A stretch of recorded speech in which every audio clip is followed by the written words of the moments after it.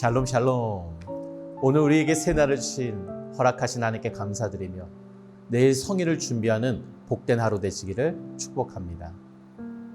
우리는 지난 한 주간 레위기 10장 11장을 묵상하면서 하나님께서 얼마나 섬세하게 우리를 배려하시고 우리의 영육의 건강을 챙기시고 그것을 통해서 성결해져 우리와 함께하길 원하시는지를 알게 되었습니다.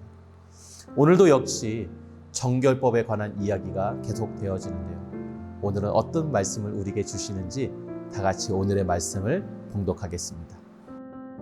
이런 것은 너희를 부정하게 하나니 누구든지 이것들의 주검을 만지면 저녁까지 부정할 것이며 그 주검을 옮기는 모든 자는 그 옷을 빨지니 저녁까지 부정하리라. 굽이 갈라진 모든 짐승 중에 쪽발이 아닌 것이나 새김질 아니하는 것의 주검은 다 내게 부정하니 만지는 자는 부정할 것이요 내 발로 다니는 모든 짐승 중 발바닥으로 다니는 것은 다 내게 부정하니 그 주검을 만지는 자는 저녁까지 부정할 것이며 그 주검을 옮기는 자는 그 옷을 빨지니 저녁까지 부정하리라. 그것들이 내게 부정하니라. 땅에 기는 길짐승 중에 내게 부정한 것은 이러하니 곧 두더지와 쥐와 큰 도마뱀 종류와 도마뱀 부치와 육지악어와 도마뱀과 사막도마뱀과 카멜레온이라. 지금까지 우리는 이스라엘 백성이 어떤 동물이 깨끗하여 먹을 수 있는지, 어떤 동물이 부정하여 먹을 수 없는지에 대해 배웠습니다. 물론 이것이 현대를 사는 우리에게 그대로 문자 그대로 적용되지는 않지만 그 속에 담긴 하나님의 섬세한 배려와 그 의도를 알 수 있었습니다. 아주 간단히 정리하자면 초식하고 비교적 깨끗한 환경에서 자란 동물은 피를 제거하고 먹을 수 있었지만 더러움과 감염에 노출되기 쉬운 환경에 살고 또 피를 먹는 부정한 동물은 먹을 수가 없었습니다.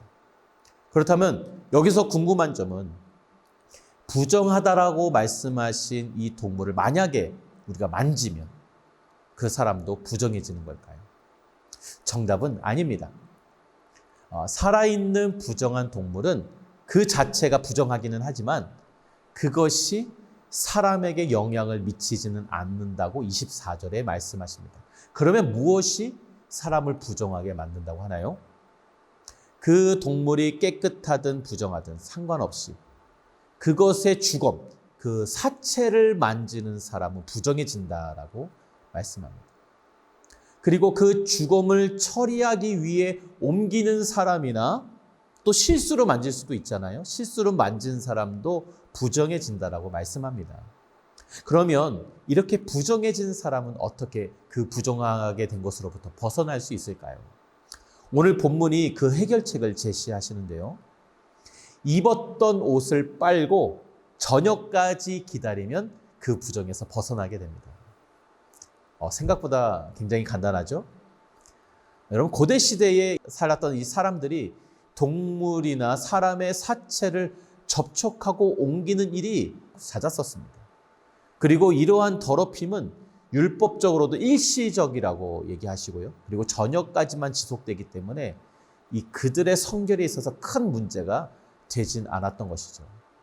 따라서 그 부정해진 것으로부터 깨끗해지기 위해 따로 희생 제물을 바칠 필요 없이 그저 입었던 옷을 빨고 저녁까지 기다리기만 하면 되는 것이었습니다.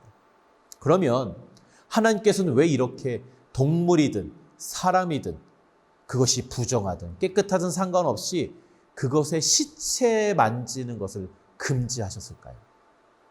우리가 이번 주 내내 계속해서 묵상한 내용이지만 여러분, 사람이나 동물의 시체에는 온갖 바이러스와 박테리아 그리고 감염병 등 그리고 온갖 해충들이 모여들기 때문에 그것들로부터의 감염을 막기 위한 하나님의 처방임을 우리는 알아야 합니다. 그뿐만 아니라 이러한 법을 지키라고 말씀하신 그 의도가 있다는 것이죠. 여러분, 하나님은 자신이 선택한 자기 백성이 세상의 타 민족과 구별되어지고 오직 하나님만 섬기는 거룩한 백성이 되길 원하셨다는 것을 우리는 알아야 하는 것이죠.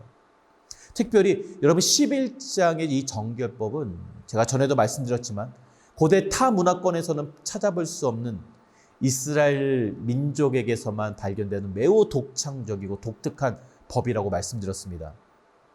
여러분, 하나님께서는 바로 이 정결법을 통해 이스라엘 백성의 이 육체적인 건강을 지키실 뿐만 아니라 중요한 것은 이스라엘 백성이 바로 이 법을 지킴으로 하나님 자신이 이 백성의 왕이심을 알기를 원하셨다는 거예요. 이게 중요한 것입니다. 따라서 여러분, 현대를 사는 우리는 이러한 정결법에 대해 이해하기 어렵지만 여러분, 이 율법이 지금을 사는 우리에게 주는 교훈이 있습니다. 그것은 무엇입니까? 이 하나님의 말씀을 지킴으로 바로 우리가 하나님의 백성이요, 이 말씀을 주신 하나님은 우리의 왕이 되심을 표현하고 있는 거예요. 그것을 증명하고 있는 것입니다. 그리고 하나님의 말씀에 순종하는 삶을 통해서 우리가 세상과 구별되어짐으로 우리가 하나님의 백성다운 삶을 살게 되는 것을 원하시는 것이죠. 그렇게 할 때 하나님의 말씀에 따라 하나님의 백성다운 삶을 사는 우리를 보고 세상이 바로 어떻게 됩니까? 살아계신 하나님, 인격적인 하나님을 바로 그러한 삶을 사는 우리를 통해 보게 될 것이고, 또한 그러한 우리의 삶을 통해 그들도 하나님 앞으로 나오게 되고, 아, 하나님이라는 신은 세상의 다른 신과는 다르구나, 인격적이구나, 살아계시구나, 이것을 보고 하나님 앞으로 나오게 되는 것이죠. 그리고 이를 통해 하나님께서 영광을 받게 되는 것입니다.